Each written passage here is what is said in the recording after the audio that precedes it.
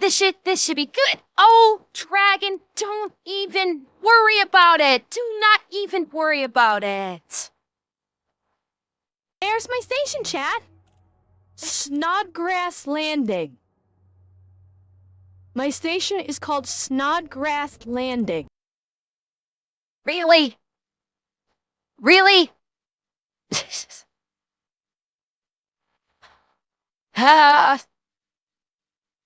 So that's what you meant, Dragon. Yeah. You deserve this.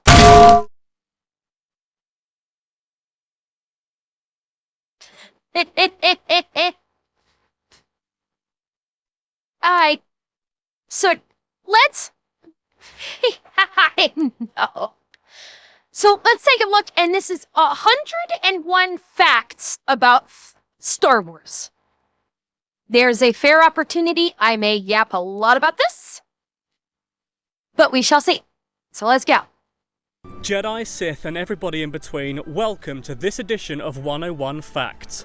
I'm Sam, and I'm here to talk to you today about the cultural zeitgeist that destroys all others in its path, like a hot Death Star super laser through Ewok. This is Star Trek 101.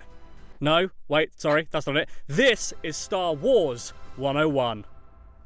Number 1. Star Wars is a 6-movie, 2-trilogy space opera film series from the brain of the impressively bearded writer-director George Lucas. Sure, we know this. Number 2. Lucas was credited as a screenwriter on all the films except for The Empire Strikes Back. He also directed all the movies except for The Return of the Jedi and that is something with Empire Strikes Back. I think that may be why... Hang on. I think that maybe why Empire Strikes Back is largely considered the best Star Wars in the entirety of the franchise. If you were to ask any Star Wars fan, I would wager 80 to 90% of people that know and love Star Wars think Empire Strikes Back is by far the best Star Wars in the franchise. And it's because it has that darker tone that it simmers and it's a visceral dark tone. Like, yes, Revenge of the Sith technically has a dark tone, but Revenge of the Sith is over the top with it. You know, they went over the top with Revenge of the Sith with the big bombastic combat and the flashy lightsaber fights and everything like that. It was much more big, and it wasn't as... This is gonna sound weird talking about Star Wars, but it wasn't as grounded. The Empire Strikes Back was much more grounded in its dark tone than Revenge of the Sith was.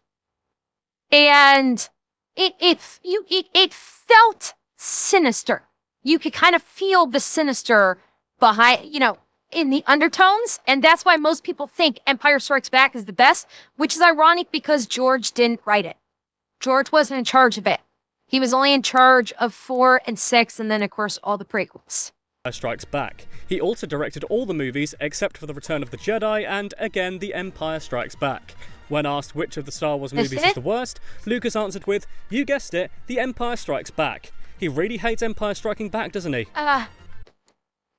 No, he hates Empire Strikes Back because it's widely received as the best Star Wars, and he didn't direct it.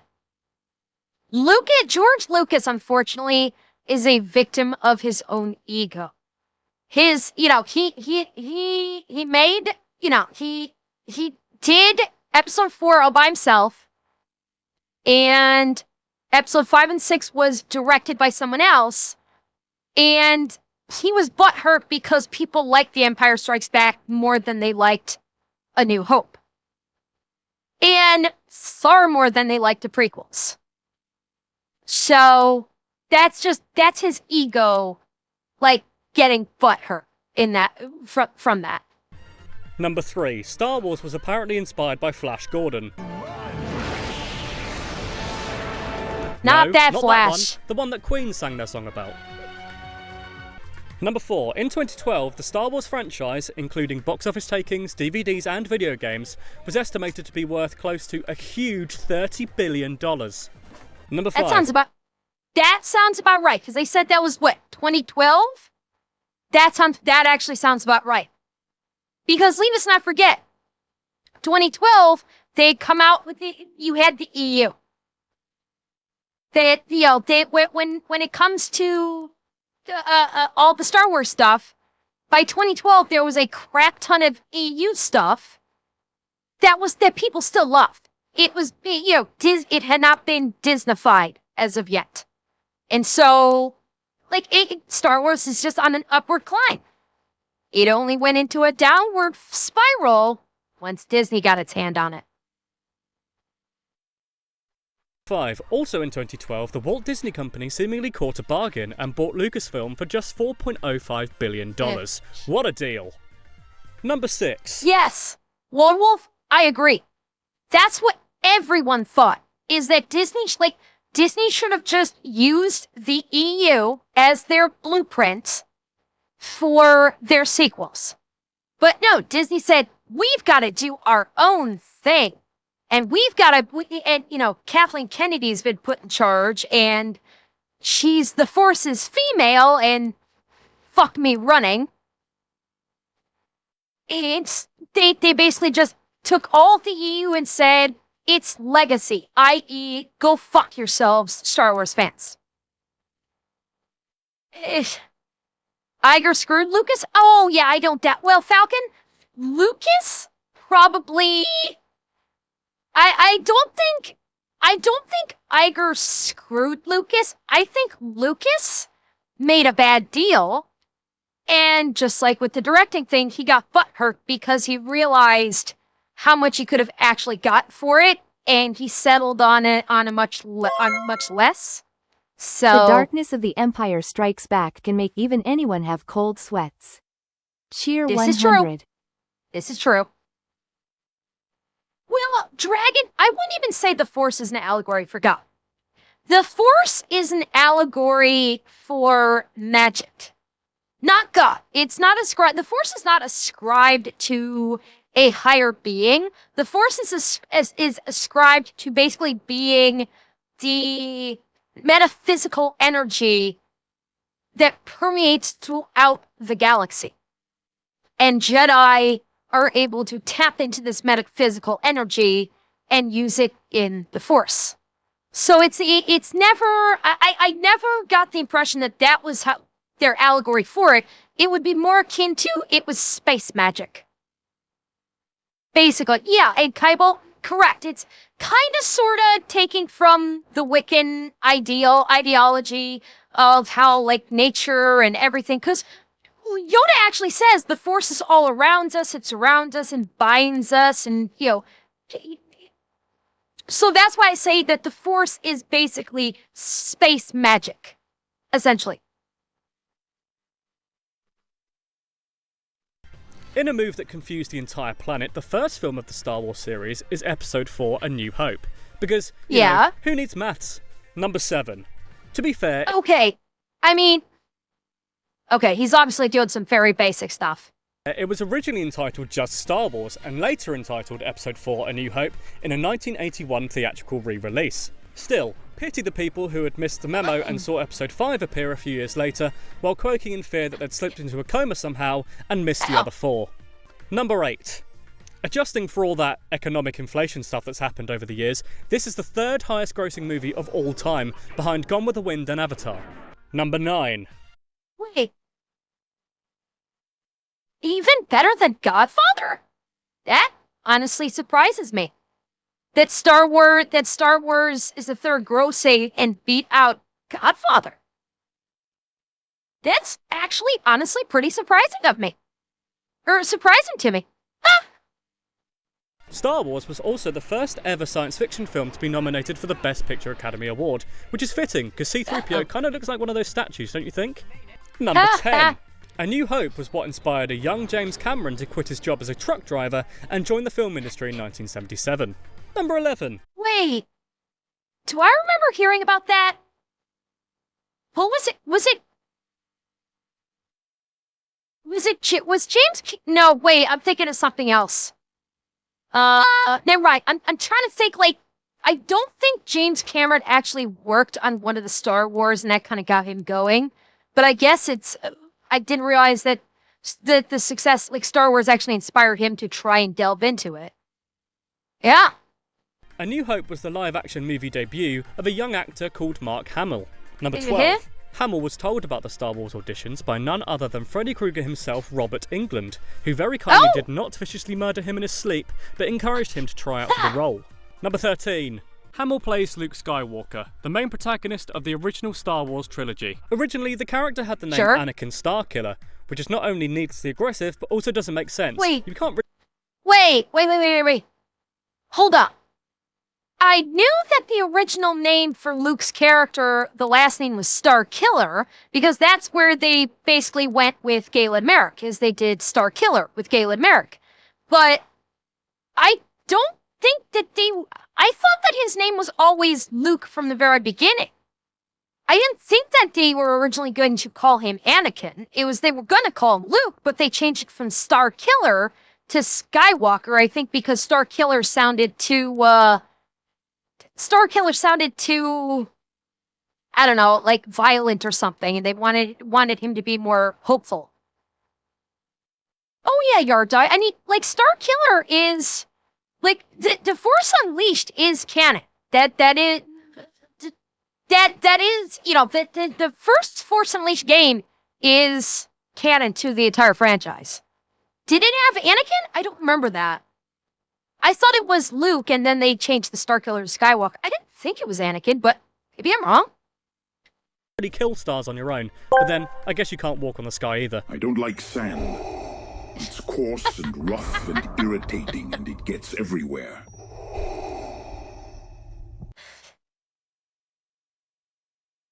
Oh, hey, wait. Never mind. I thought I had a joke, and I don't. Never mind. Number 14. When we first meet him, Skywalker is a moisture farmer on the desert planet of Tatooine. Tatooine was named after a town near the set in Tunisia called Tatooine. It's unknown whether or not there are real Jawas there, though. Number 15. Episode 4 was also filmed in Guatemala, California, and the UK. The studio unfortunately did not have the budget to go into actual outer space, which is a shame, really. Number 16. Filming in Tunisia was so hot they had to change C-3PO's costume from plastic to fiberglass so it wouldn't melt. C-3PO actor Anthony Daniels felt so uncomfortable in the suit, he seriously considered not doing the rest of the film, which is understandable if you feel like you're walking around the desert in a golden slow cooker. I'm also reasonably sure I'm not sure Anthony Daniels wanted to return for the sequels either. For 7, 8, 9. I seem to recall something that he didn't actually want to come back. Somehow I think they talked him back into it, probably with the paycheck. But I thought I remembered something. Yeah, like he did not have an interest in returning to the Star Wars franchise. But, if I were to guess, they essentially made him an offer he couldn't refuse. And, when you're an actor, if the paycheck is big enough, you take the gig. But I don't think he was very happy about it. Number 17. He did stick around though, so much so that he's the only actor to appear in all of the Star Wars films. It's like the old phrase goes, this is true. Once you go gold, it never gets old. If that's not a line in the new trilogy, then I for one will be very disappointed. Well, okay. I was going to say, they did say the only actor. I was going to say the only character, but actually, he's wrong. I think he's wrong. I'm reasonably sure Peter Mayhew appeared in all the films too. Peter Mayhew being the actor inside that was Chewbacca. So, oh no, you're right. God, he was only in episode 3 in the prequels. I don't know what. God help me, I don't know why I was thinking he was in episode 1 and 2. I do not know why that thought popped into my head. No, you're absolutely right. But there is another character that is in every single Star Wars. Not actor, but character. There's one other character other than C-3PO who is in, and he's in it more than C-3PO, and that's R2-D2. R2-D2 is literally in every single Star Wars. And I will argue that R2-D2 is a better character than C-3PO. A far better. Fucking R2 has seen some shit, okay? R2 has seen some serious shit. Like he has like single-handedly saved all the main characters. And yeah, he has like fucked people up. You think R2's a narrative? I could see that, Yard Dog. I could see that. But yeah, R2 is like one of the most underrated badasses in the Star Wars franchise.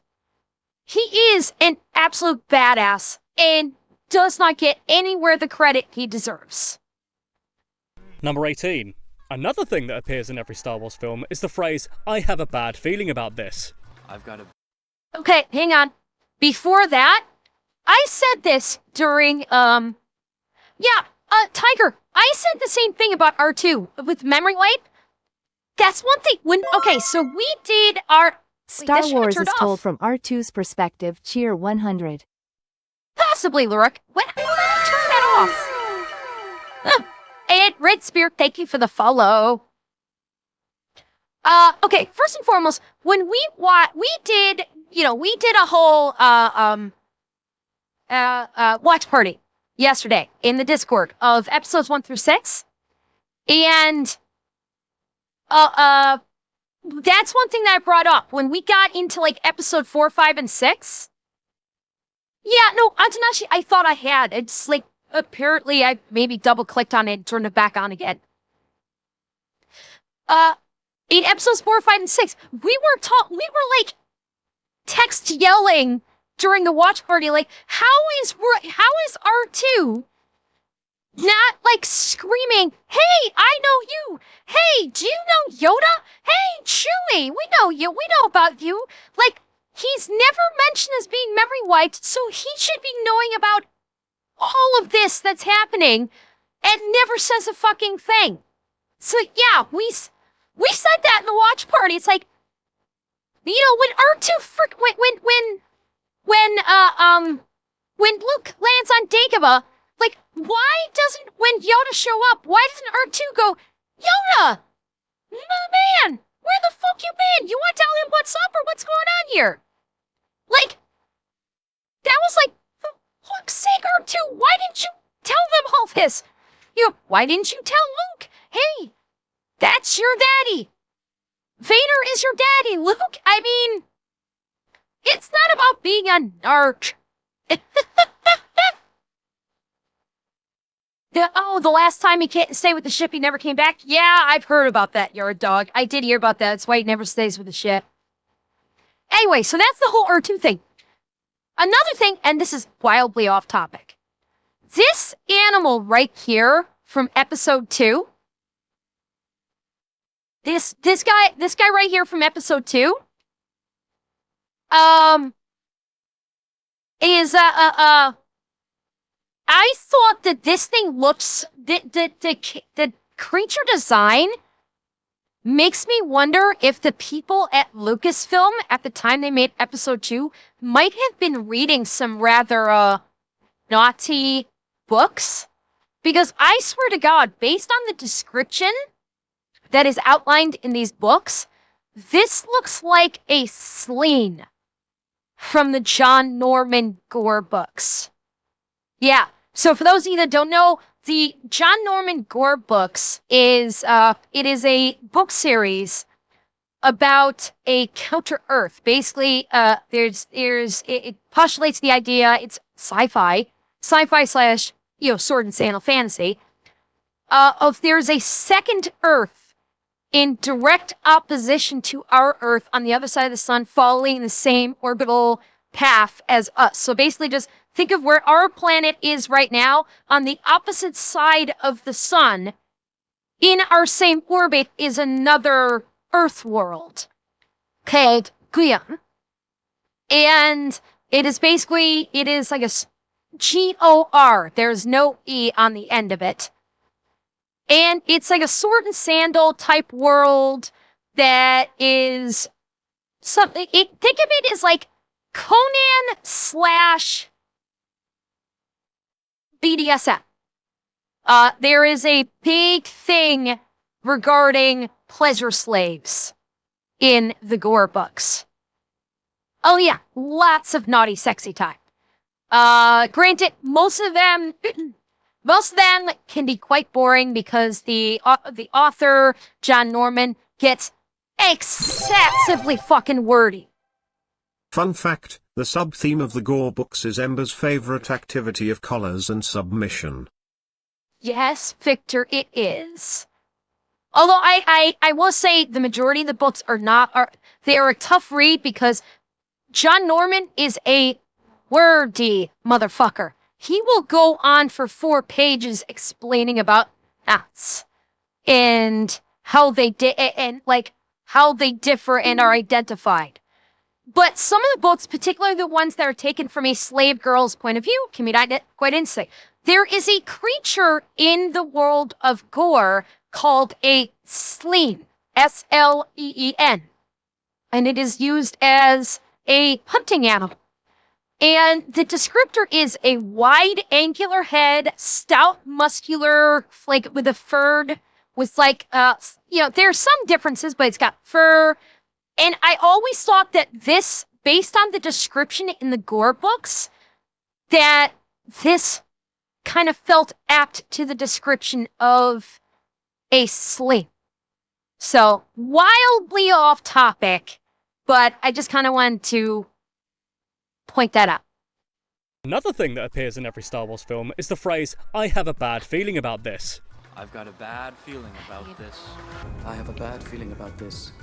I got a bad feeling about this. Oh, I have a bad feeling about this. I have a bad feeling about this. Got a bad feeling about this. I have a bad feeling about this.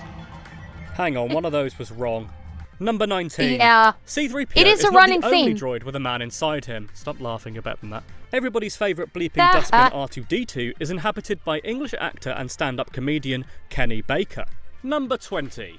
Oh! Apparently... Wait, so Anthony Daniels didn't like Kenny Baker?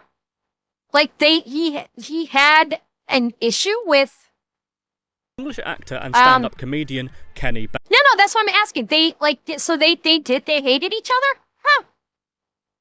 I forgot that it was Kenny Baker that was in the R2 can. I didn't realize that they hated each other. I had no idea. Baker. Number 20. Apparently, when the cast and crew broke for lunch, they would quite often forget that Baker was inside the R2-D2 suit and leave without him, which is an image as tragic as it is funny. Oh, that is Number horrific. 21. Artie's famous bleeps and bloops were actually made by sound designer Ben Burt, mixing keyboard synthesizer sounds with himself imitating the noises a baby makes when it's trying to speak. If your baby does make R2-D2 noises, please seek medical attention. Number 22. Have you ever thought that a lightsaber sounds particularly like an old projector and television static combined? Because that's exactly how the noise was made, so well done you. Number 23. Speaking of noises, Chewbacca's famous growls aren't recorded sounds of somebody stepping on a plug, but are actually manipulated recordings of animal noises. Ben Burt collected the sounds of bears, walruses, lions and badgers and combined them into the Wookiee talk we all know and love. Interesting.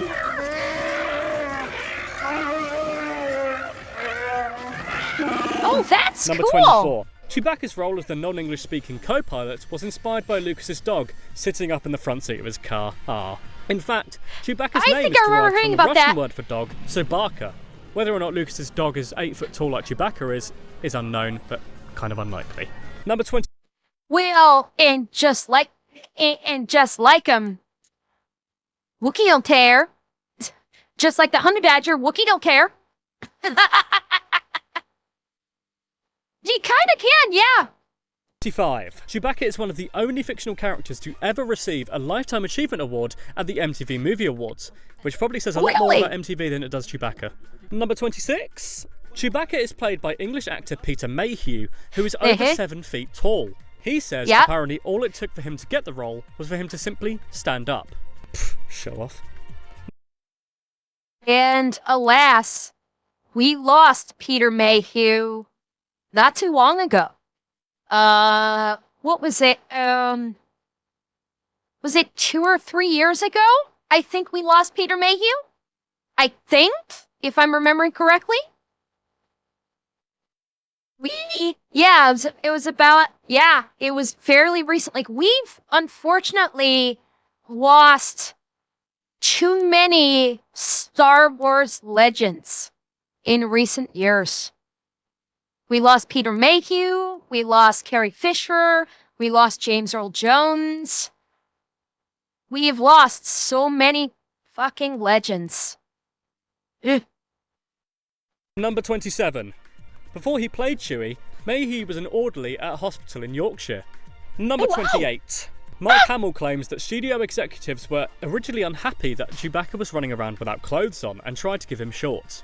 It quite obviously did not work, and Chewie is still as naked as the day he was born, or hatched, or spawned, or wherever he came from. Where did he come from? Besides, would you try to put clothes on him against his will? Didn't think so. Number 29. Oh, was it April 30th in 2019, Silver? Okay, so a few more years. So it was what, 6 years ago. Okay, I thought it was sooner than that, but okay. Yeah, that was not long after Carrie Fisher passed. Cause didn't Carrie Fisher pass in like 2017? Was it 2017 that she passed away? Yeah, it wasn't long after she passed. Fine. Everyone knows that Chewie can't be without his best friend Han Solo, who is a giant green alien with gills. Or at least he would be, if the original draft had stayed in place. What are you looking at? Really? Number 30. Wait, the original draft has Han basically as Greedo? That was kind of Greedo, green alien with gills? Huh. Interesting. Glad they made the change. Yeah. Oh, and fun fact regarding Han and Chewie. Or it was 2016, not 2017, my mistake. Yeah, so like Peter Mayhew passed like 3 years after Carrie Fisher. Interesting fact regarding Han and Chewie. In the abomination that is the Disney sequel in episode 7, as we are all familiar with, Han dies in episode 7. He is killed by his son in episode 7. However, in the EU books, Chewie dies. They actually kill Chewie off in the EU novels during the Vongjong War. There's like an entire planet. Oh yeah. There's I don't know what book it is, but basically there's an entire planet that was in danger. And it was Jason Solo was sent to, like, when Jason Solo had become a Sith Lord and was going to drop a moon onto the planet to basically literally nuke the planet. Chewie dies saving Ben Solo's life, which is one of Han's children. Ben? Chewie actually, throws Ben Solo up into, I think it was the Falcon, and they couldn't land to go they couldn't land to pick Chewie up. They had to get out of there, otherwise they would have all died, and they had to leave Chewie behind, and Chewie died. So in the movies, they killed Han, but in the books, they actually killed Chewie. Hey. Yeah. Oh yeah, that's like when that happened because his son killed his best friend. Oh yeah, you're right. Look, I'm getting them mixed up. You're right. It was Anakin was the younger son. You're right. It was Anakin was the younger son. So yeah, Chewie died saving Anakin Solo, Han and Leia's son. And that's when he knew that the Han realized that his older son would have to die because he was lost. Harrison Ford famously portrays Han, but it very nearly wasn't him. George Lucas's first choice was actually the walking gold watch hiding place, Christopher Walken. I hid this What? uncomfortable hunk of metal up my ass 2 years. Other actors I'm sorry, I cannot picture Christopher Walken as Han Solo. I'm sorry, it doesn't work. It flat out just doesn't work in my head. I cannot see it. It just, my brain refuses to even try and imagine it. Yeah. on the solo list included Jack Nicholson, Sylvester Stallone, and Burt Reynolds. Number God, 31. Okay. Burt Reynolds could have been good. Burt Reynolds could have been. I could actually see Burt Reynolds being Han Solo. That could work. He's got the swagger that he could have done. Absolutely, he could have. Christopher Walken, Stallone, Jack Nicholson. No, I could not see any of them being Solo. Burt Reynolds, I could. I think he actually probably could have done it really well. Burt Reynolds. Number 31. Harrison Ford did a lot of improv as Solo across the trilogy, not learning his lines for the intercom scene to make it seem more realistic, and at the director's behest, ad-libbing the now iconic line... Yep. Number 32. Han's beloved ship, the Millennium Falcon, was inspired by a half-eaten hamburger on a plate with an olive on the side. By that logic, the Death Star was probably inspired by a Malteser, or maybe even a Kinder Egg. Number 33. The Death Star itself is 160 kilometres in diameter and had a population of 1.7 million people. That's definitely no moon. That's no moon. Yes, thanks, I just said that. Number 30.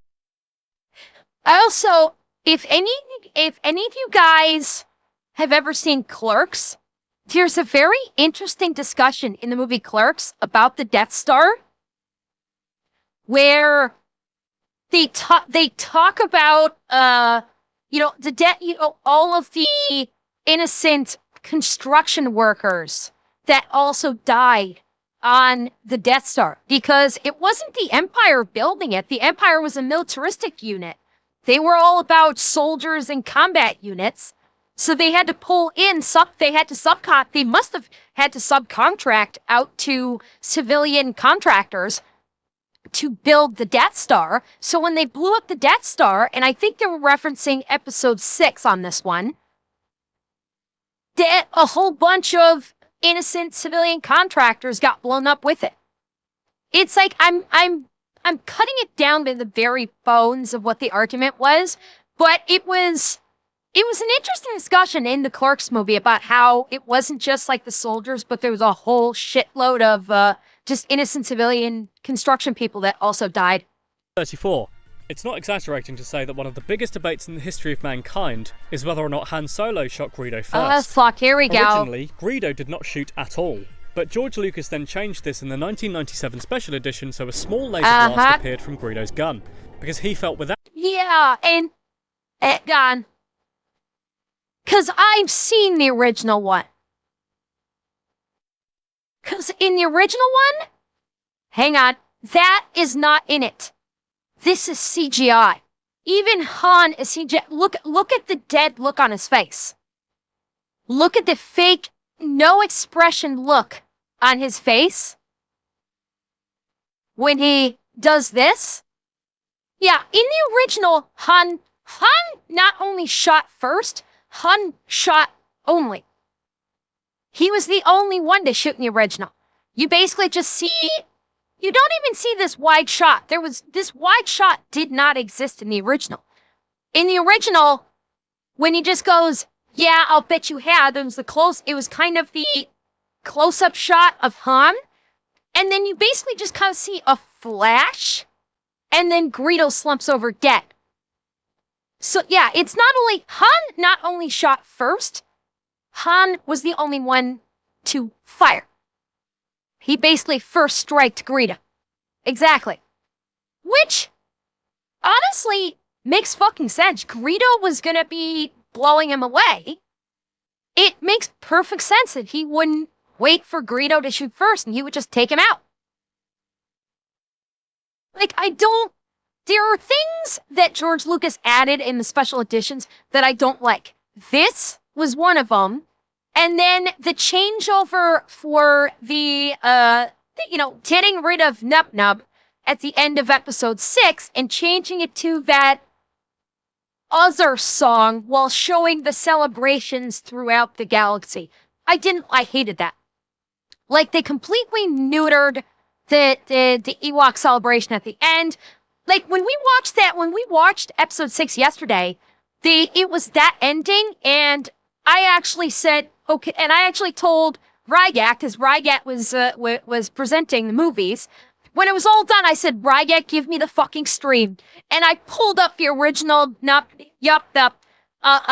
ending so we could actually end episode 6 properly. Because I'm sorry, that's like, the extended editions did some things okay, and some things was just sacrilegious. So a small laser blast appeared from Greedo's gun. Because he felt without it, Han that looked like right a there. cold-blooded killer. That's what you Fans see. were outraged at Not this, the so wide in shot. 2004, it was re-edited again, so they fire at a similar time. Whew, glad that's sorted now. Number 35. Everybody's favourite member of royalty who looks like her hair has come out of a bakery, Princess Leia, is portrayed by Carrie Fisher. Number 36. She was almost played by stars such as Sigourney Weaver, Gina Davis, and Sissy Spacek. Number 37. I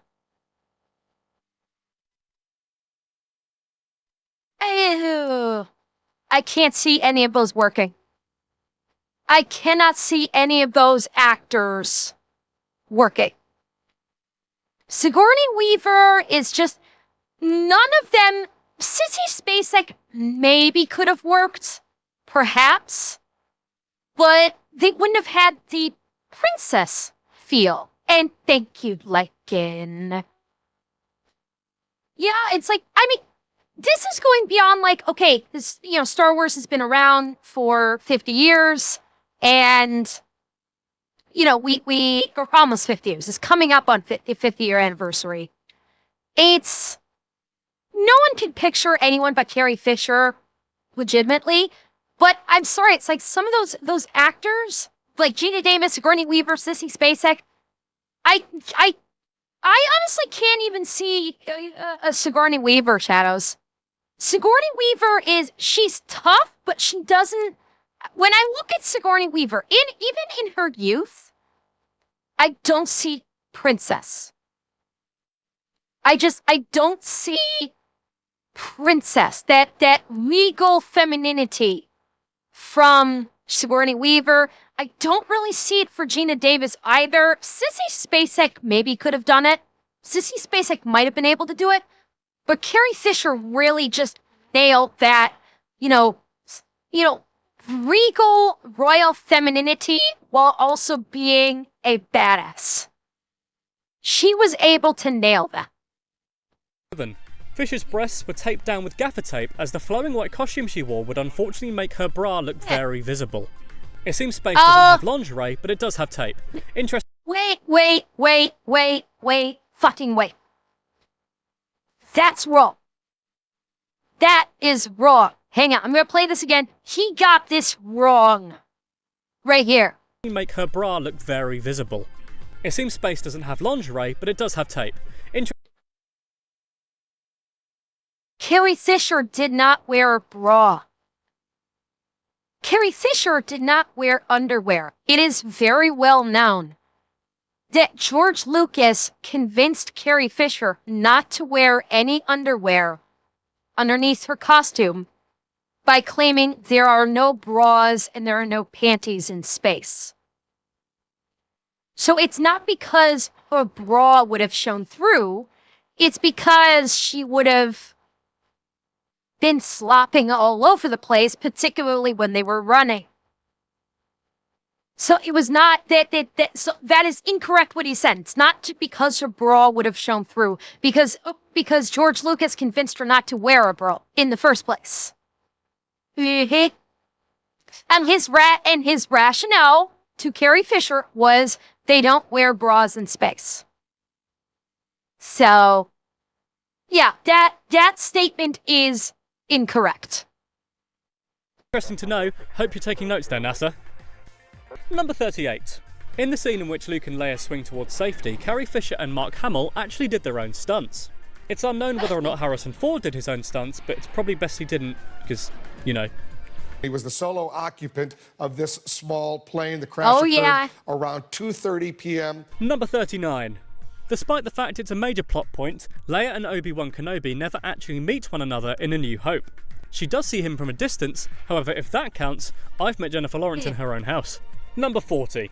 Obi-Wan Kenobi actor Alec Guinness apparently said to his friends while making the film that it was fairy tale rubbish, with excruciating dialogue, but said that the end product was an exciting but noisy spectacle. Sorry, Alec, I know you didn't speak like that at all. Number 41. So, interestingly enough, we was talking about the dialogue. The dialogue in the prequels is worse than in the OG. That's the funny part. In the OG, the dialogue is actually more believable sounding than in the prequels. Because in the prequels, you know, unfortunately, the studio just let Lucas off the fucking chain for the prequels, and he tried to basically go full on fucking Shakespearean. And you can tell by the dialogue, and that's why the dialogue suffered. The dialogue suffered in the prequels because he tried to be all Shakespearean about it. Which is why, if you watch them back to back like we did yesterday, there's a stark difference in dialogue tone between the prequels and the OG. Because in the OG, they sound like they're regular people. Like the way they're talking, they sound like normal, regular people in space. And in the prequels, it's just bad. Quite frankly, it's just bad. And it's a perfect reason why Lucas needed to be kept on a leash when he made them. That being said, for saying the excruciating dialogue in the noisy spectacle, he was nominated for the Best Supporting Actor Oscar. So it wasn't that bad, was it, Guinness? Number 42. In the scene in which Kenobi is shuffling around inside the Death Star at a great height, he's actually only 6 feet off the ground. The drop and the background. Net paintings. These basically starting, I think, at about here, which is the, right below. It's forced perspective and matte paintings. The only thing that's real is like this. This piece right here is the only thing that's real. Is actually a painting. Number 43. Bit of a spoiler alert for this one, but since the film has been around for nearly 40 years, it's your own fault if you haven't caught up.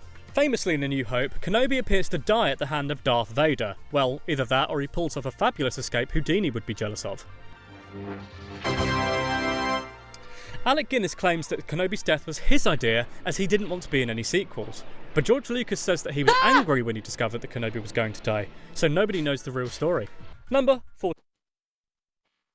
Ironically enough, she appeared in the following in the sequels to Episode 4. I don't want to appear. I kill off my character. I don't want to appear in any sequels. Shows up in the very next sequel, and the sequel after that. How'd that plan work out for you, Alec? And ironically enough, Harrison Ford also wanted to be killed off in Return of the Jedi. Harrison Ford originally tried to talk George Lucas into killing off Han at the end of Return of the Jedi because he thought it would be fitting for Han to die. And clearly that didn't happen. Yeah, he thought Han's story was concluded. Clearly that didn't happen. So, my guess is that's probably why they killed him off in episode 6. Or episode 7. Yeah. Well, with episode 7, that's probably why he said, okay, listen, I will do the movie, but you're killing Han off. Because I ain't doing any more of these. Although, he did show back up again in cameo format in episode 9. He did, I will admit, he did show up as a cameo. Gotta wonder how many millions they threw at him to get that in. 44. Speaking of old Darth, everybody's favourite asthmatic-sounding warlord only has 12 minutes of screen time in A New Hope. Number 45. He's physically played by David Prowse, while his booming voice is provided by James Earl Jones. Right, you knew this. Vader in Dutch means father, which may or may not be a reference to an important plotline further down the road. I don't want to, ruin that for you, but... No. I am your father. Interesting, okay, well, okay. Damn it. Number 47. Well, I guess with that spoiler, we now have to move on to the next movie in the franchise, The Empire Strikes Back. Episode 5 made a whopping $538 million at the box office worldwide. Number 48. Yeah. The film also won an Oscar for Best Sound Design. Number 49. Oh, nice! The scenes set on ice planet Hoth were filmed at a glacier in Finse, Norway, quite often in sub-zero temperatures. I bet the C-3PO and Chewbacca actors were suddenly delighted with their costumes. Number 50. Okay, I had no idea they actually did the hot stuff on location. That I was unaware of. I figured that was all sets. Oh shit, they actually filmed it. They actually filmed the hot scenes on location at a glacier? Fuck! Well, I guess you don't know everything about women yet.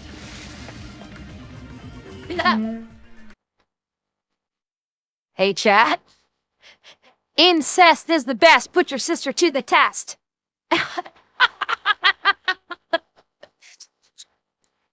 Boy, when Luke found out that Leia was his... Yeah, that's the other one. Sweet home Alabama.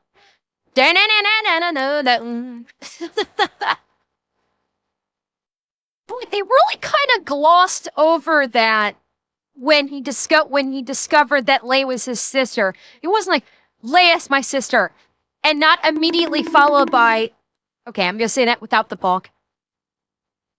It's kind of fun, because you would expect him to go, like where Obi-Wan's talking to him in Return of the Jedi, he goes, Leia's my sister. Pause. Leia's my sister!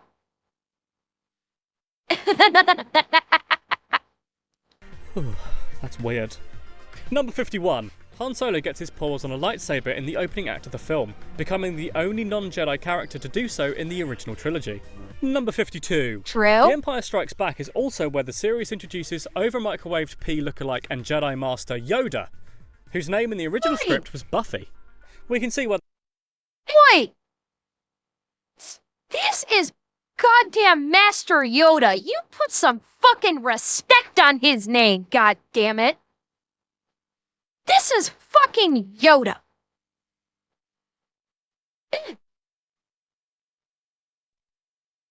Whose name in the original script was Buffy. We can see why they changed it, Buffy. Defeating Sith and vampire slaying would be too much to do for one little guy. 53, number. Yoda's species is a complete mystery as it's never clarified, which is odd considering there are over 248 named alien races in the Star Wars canon. Number 54. To put Yoda on the big screen, the production team considered everything from a small child in a costume to even a monkey in a mask. As disappointing as it is that Grandmaster Yoda isn't an ape in disguise, they instead contacted Muppeteer Frank Oz, the voice of Miss Piggy and the Cookie Monster, who helped create Yoda as a puppet and gave him his trademark voice. Number 55. And God bless Frank Oz for that. Oh my god, Frank Oz. Chef's Kiss made one of the most iconic Muppets in cinema fucking history. 5. Scientists in 2012 have even bestowed Grandmaster Yoda the ultimate honour and have named an oceanic worm after him. It's called the Yoda purpurata, so called because its shape reminded them of Yoda's floppy little ears. Number 56. The AT-AT Walker and Tauntaun scenes were filmed using stop-motion animation techniques, taking an hour per on-screen second, or, in other words, bloody ages. One of those guys was Phil Tippett, who then went on to be a dinosaur supervisor for the Jurassic Park series. If only he had... Well, I mean, that makes sense, given that Jurassic Park was Spielberg. That actually makes perfect fucking sense. That someone that worked on Star Wars, that Spielberg would tap them to come work on Jurassic Park. His head in the game then. People died, Phil. People died. Number 57. The noise the Tauntauns make is actually a recording of an Asian sea otter called Moda. Number 58. The film went over budget by more than $10 million. That otter was a bit of a diva. Number 59. Harrison Ford and Carrie Fisher had such a height difference that Fisher had to stand on a box quite a lot of the time, just to appear in frame with him in the more intimate scenes. Thank goodness Yoda and Chewie never got close, or they'd need a crane. Number 60. For the famous, "No, I am your father" line, the director only told Mark Hamill that this was the true line.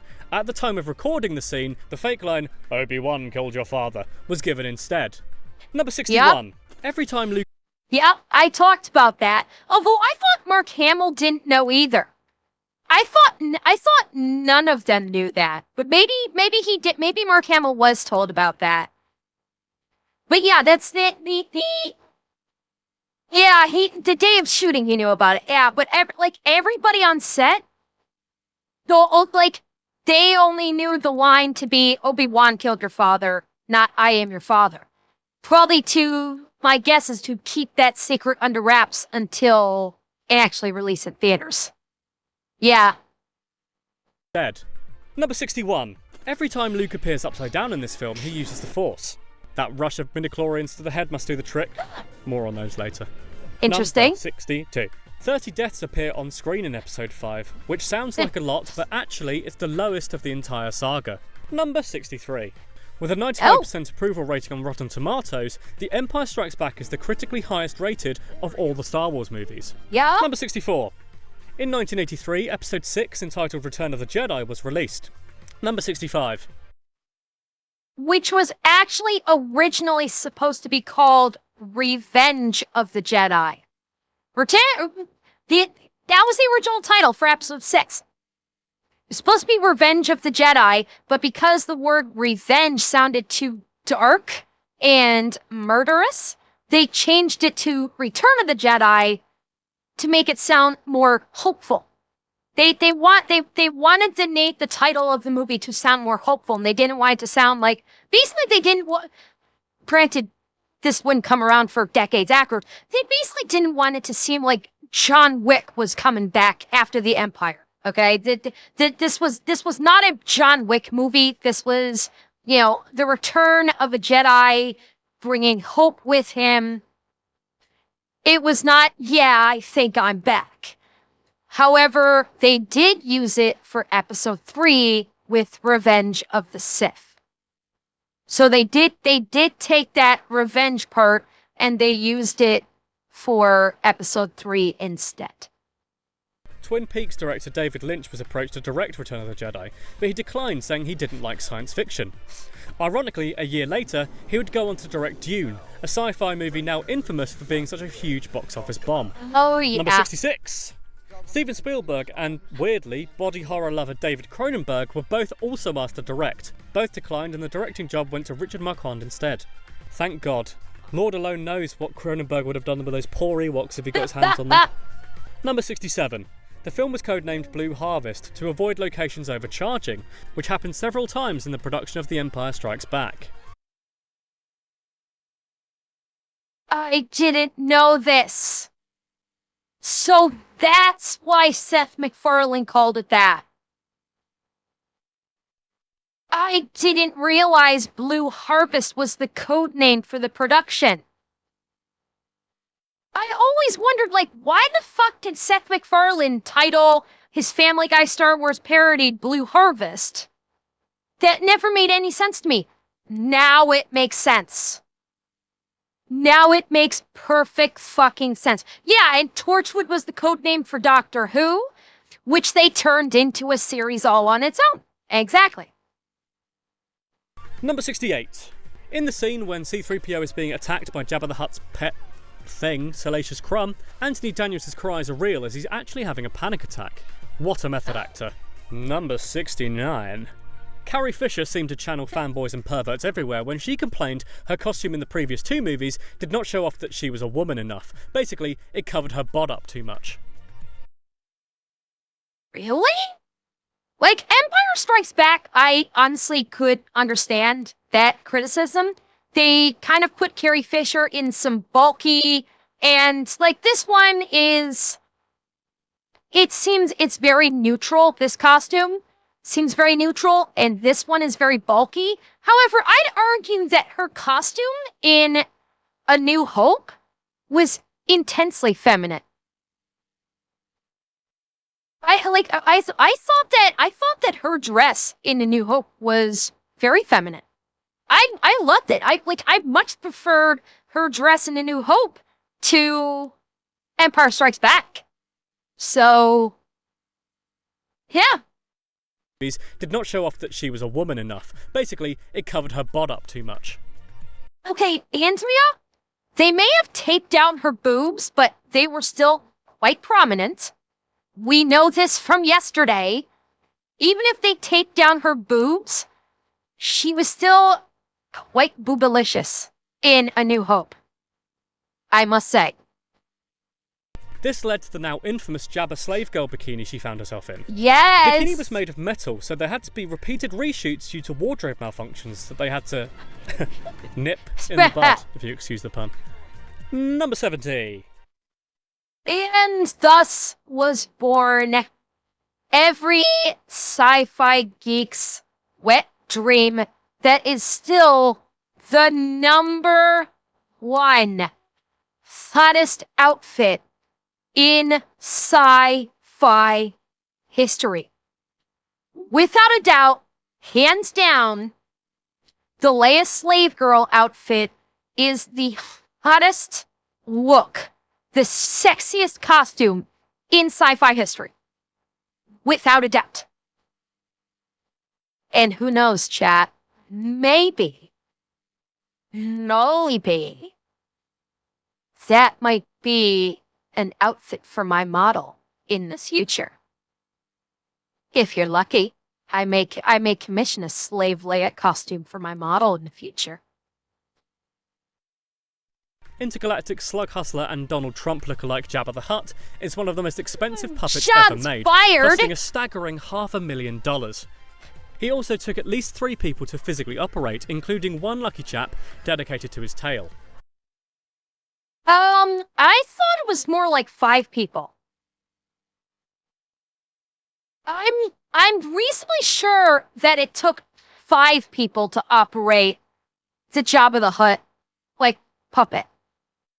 They had, like, 1 person on the tail, they had like, 1 person remotely controlling, like, the eyes, and then you had a couple guys that were controlling, 1 guy controlled the mouth, 1 guy controlling, like, the arms. Like, there was something like 5 people to control Jabba as a whole. And you complain about your job. Number 71.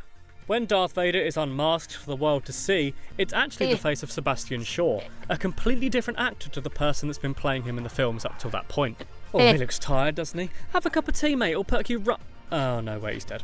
Number 72. Actually, an apparently pitched ending to this scene involved Luke putting on Darth's mask and becoming the new Darth Vader, saying, "I will crush the rebels and I will rule the universe." This admittedly badass moment was taken off the table when Lucas realised how incredibly depressing that ending is. Not to mention incredibly stupid. Like, he just fought and won, defeated it. Like, Luke putting on Vader's helmet and becoming the newest Darth Vader wouldn't make sense. It wouldn't make any sense. Yeah, his dad saved him and his dad was redeemed from it. He just killed the Emperor. Why would he put on the helmet and say, I will defeat all the rebels? It would make absolutely no fucking sense. Number 73. Return of the Jedi also introduces us to the race of living teddy bears that are the Ewoks. Aren't they cute? And I postulated that I think that the Ewoks and the Wookiees have a common ancestor. Based on the look of them, I have a suspicion that there's common ancestry between the Wookiees and Ewoks. Because there's too much similarity between them, like tangentially. One of those Ewoks is Wicket, played by actor Warwick Davis. Warwick Davis! Davis! Because R2-D2 actor Kenny Baker, who was meant to be playing Wicket, got food poisoning on the day. Number 74. The Ewoks are said to be named after the Native American tribe the Miwok, who lived in the forest that doubled for Endor in the movie. Number 75. Interesting. Admiral Akbar's voice was performed by radio actor Eric Bowersfield, who apparently came up with the voice just by looking at a picture of the character. Cool. Number 76. Nice! In the 2004 special edition DVD, Sebastian Shaw's Anakin Skywalker Force Ghost is replaced with Hayden Christensen, who played Anakin in the prequels. Oh yes, speaking of which, number 77. Yes, in 1999, the prequel series of movies kicked off, this time obeying the laws of mathematics and starting with Episode 1, The Phantom Menace. Then Episode 2, Attack of the Clones, before ending on Episode 3, Revenge of the Sith. Number 78. When the trailer for The Phantom Menace debuted in 1998, many theatres reported people buying tickets for the movies, watching the Star Wars trailer, then leaving before the main film even begun. The days of being a fanboy before YouTube sure sounded hard and expensive. Wow. Number 79. Tom Hanks, Denzel Washington, Morgan Freeman and Kurt Russell were all considered for the part of Qui-Gon Jinn, the Jedi played by Liam Neeson. Number 8. Okay, interesting choice selections. Tom Hanks, no. Tom Hanks would not have been good. Denzel Washington, I don't think so. I don't think Denzel Washington. Morgan Freeman, yes. Abso-fucking-lutely, I could see Morgan Freeman. Absolutely, I could see him in the role of Qui-Gon. And Kurt Russell? Maybe. Kurt Russell would be a tough sell. It's something I cannot put my finger on, but I don't think Kurt Russell would be able to really pull it off. It's just something tells me he would not be able to really do the character. Morgan Freeman absolutely could. Absolutely. And the other two, just no. I'm sorry, no. Kurt Russell were all considered for the part of Qui-Gon Jinn, the Jedi played by Liam Neeson. Number 80. Liam Neeson did a good job. They may have wanted to go with one of those guys because Liam Neeson's height caused an extra $150,000 in set construction cost. The sets were built to be only slightly taller than the actors, so the rest of the frame could be filled in with CGI. But Liam was taller than they thought, so they had to build more stuff. Who'd have thought just a few Neeson inches would end up costing so much? Number 81. Tupac Shakur was a massive fan of Star Wars and was asked by George Lucas to audition for the role of Mace Windu. His tragic death in 1996 meant this never came into fruition. Number 8. I'll take no. Now, I'm sorry, I cannot see Tupac Shakur being Mace Windu. No. That would not work. Like, Sam Jackson fucking knocked it out of the park. Sam Jackson, absolutely. To this day, I still want a cut where Sam Jackson rips a motherfucker. At some point. in the 3 episodes, I want to hear Mace Windu. I want to hear Sam Jackson actually go, "What the fuck are you out of your damn mind?" Like, it doesn't seem right without at least one motherfucker. I'm tired of these motherfucking Sith on this motherfucking planet. I also desperately wanted to hear it. 22. Mace Windu went to Samuel L. Jackson instead. Windu's lightsaber is unique in a couple of ways. Firstly, it's purple, which Jackson wanted so he could identify himself in big battle scenes amid a sea of blue, red, and green sabers. Secondly, it apparently has the words "bad motherfucker" engraved on it too. Yes, Samuel it L. does. Jackson apparently can't use any prop that doesn't have that written on it. Number 83. Ewan McGregor plays Obi-Wan Kenobi in The Phantom Menace. He apparently kept making lightsaber noises whenever he filmed battle scenes, so he had to gently be reminded that they would be added on later. I heard about that. Number 84.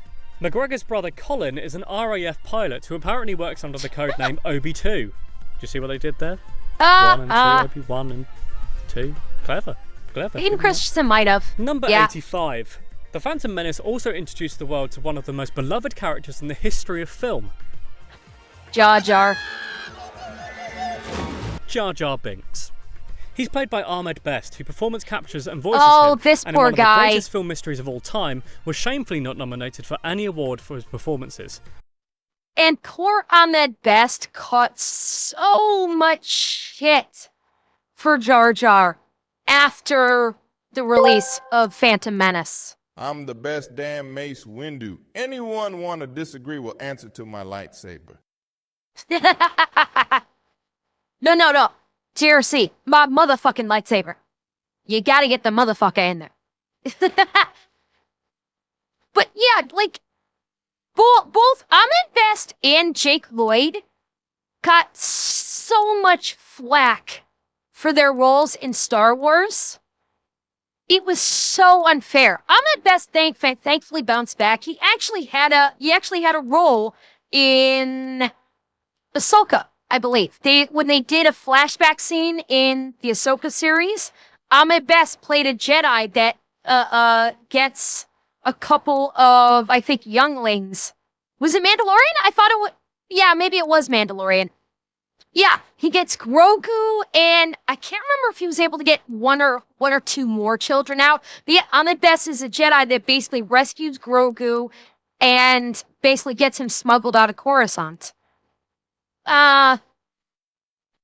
So like at least he was able to bounce back. Jake Lloyd, this poor kid, got tormented so badly, and he went down such a dark path. He went big time into drugs, and Star Wars basically ruined Jake Lloyd's life. From what one of you guys was saying yesterday when I mentioned it when we were doing the marathon, he's doing better now, but that poor kid, Star Wars literally ruined his life. It is so fucking sad because people were absolutely ruthless to him after episode 1 came out. It was bad. What were you thinking, Academy? Number 86. Horny Sith Master Darth Maul has a total of 10 horns on his head and only blinks once throughout the entire film. He was also voiced by comedic actor Peter Serafinowicz. Number 87. Prequels introduced the idea of midichlorians, the bizarre idea of talking blood cells that live inside humans and tell them what the Force wants them to do, and... Yeah. I'll let Neeson take over from here. Midichlorians are a microscopic life form that resides within all living cells. They live inside me. Inside your cells, yes. And we are symbionts with them. Symbionts? Life forms living together for mutual advantage. Without the midichlorians, life could not exist, and we would have no knowledge of the Force. Just what? Number 8. AKA fucking mitochondria. It's fucking mitochondria. They basically, George Lucas basically said mitochondria sounds really cool, but it's not spacey enough, so we're gonna call it midichlorians. Fuck. I hate the midichlorians thing. I fucking hate it because it takes away a huge chunk of mystery when it comes to the Force. The great thing about the Force is the mystery behind it. It's the idea that, like, anybody can be a Jedi if you basically, anybody can be a Jedi, and you never know who might be a Jedi. It's almost like fate is lending a hand or training. And then they introduce midichlorians, and it's like, oh, your midichlorian count's not high enough, you can't be a Jedi. It's like, fuck off with that bullshit. It removes the mystery of the Force, which was a huge fucking mistake. So of course Disney maintained it in their bullshit fucking series, because they talked about it in the fucking twin show. Whatever. The bullshit twins show with Amanda Stenberg. They talked about it. Yeah, Acolyte. That's how memorable it is. Yeah, they brought up midichlorians in fucking Acolyte. I say midichlorians is necessary to explain the line of the Force being in all living things, along with the ability to add power scaling. Yeah, but resin, it removes the mystique. It removes the mystery, the mythology, the otherworldliness of the Force. Yeah, with the power scaling thing, you could say, like, you could basically just go with the mythical destiny or, something like that. When you bring in midichlorians, now you actually are ascribing numbers to something that worked so much better as a mythical force that you can't quite quantify. It works better. 88. The terrifyingly voiced Christopher Lee plays Count Dooku in Attack of the Clones. His name is a reference to the Japanese name for poison, but it had to be changed to Dukan in Brazil, because in Portuguese, Dooku means from the arse, which is a far less imposing but far more hilarious name. Number 89. Yuki. Hair-gelled boy band NSYNC were originally going to appear in Attack of the Clones after George Lucas's daughter harassed him to include them, but they had to say bye to those scenes after they were cut because of fan outcry. Good. Number 90. Episode 2's working title was Jar Jar's Big Adventure, which was probably in the hope that if anybody found a leaked version with that title, they would rather shoot themselves in the head than watch anything with that name.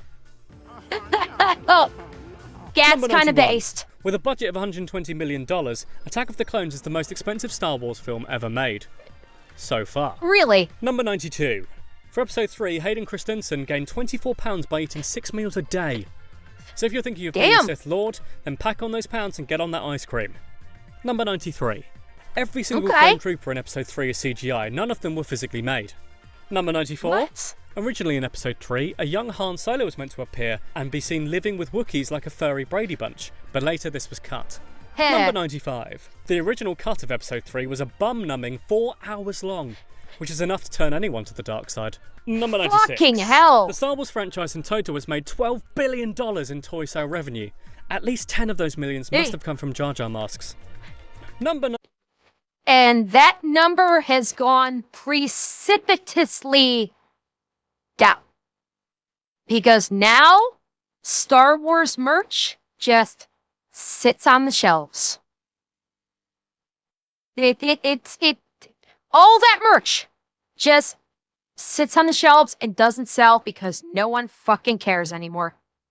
Because of what Disney did to it. Disney basically took a multi-billion-dollar empire and drove it into the fucking ground. 97. The 4th of May is now celebrated worldwide as International Star Wars Day because, as the old phrase goes, may the 4th of May be with you. Number 98. Oh, shut up. The first in a new sequel trilogy of films, The Force Awakens, will be released in December of 2015. You'll be able to tell when it's out from the floods. Floods either caused by tears of sweet, sweet joy or tears of crushing, unbearable disappointment. The outright screams of outrage when episode 8 and 9 launch. Like episode 7 was not bad. It was disappointing, but it was not. Episode 7 was not bad. 8 and 9, fuck you, Disney. That's all I gotta say with episodes 8 and 9. Fuck you, Disney. You were the chosen one! Number 99. It'll be directed by lens flare lover and ultimate geek director J.J. Abrams, Yeah. who is also in the co-writer's chair too, if they have chairs for that. I don't imagine they write standing up, so I guess they must. Number 1. I remember I made a joke when I made a joke about the what was it about the Force Awakens when the Force Awakens was due to come out. That the moment anyone ignites a lightsaber in the Force Awakens, the whole audience is gonna go fucking blind from lens flares because J.J. Abrams was directing it. 100. The first trailer for the movie set a new world record for being the most viewed trailer in its first 24 hours at a staggering 30.65 million views in its first day. That's like if everybody in Hawaii watched it 30 times each, which, to be fair, they probably did.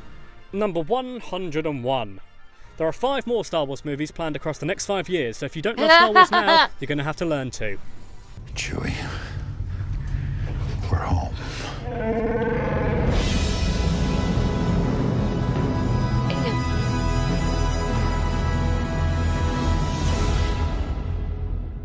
And we all know how that turned out. Star Wars, and I don't know about you, but I had a lovely time. If you want more 101 fact videos, then please click on Moda, the Diva Otter, now. She's waiting for you. Go on, give it a click. Just click it. All you need to do, just one click, and then boom, 101 facts forever. Not forever. I mean, you know, I'm not a robot. Bye.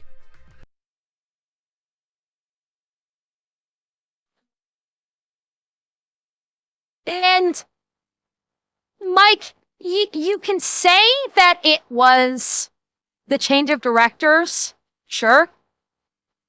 But the fact is, it's still Disney. Disney still had a hand in it. And they made the decisions. So, the change of directors didn't help. But I guarantee you it was Kathleen Kennedy's influence also that royally fucked things up.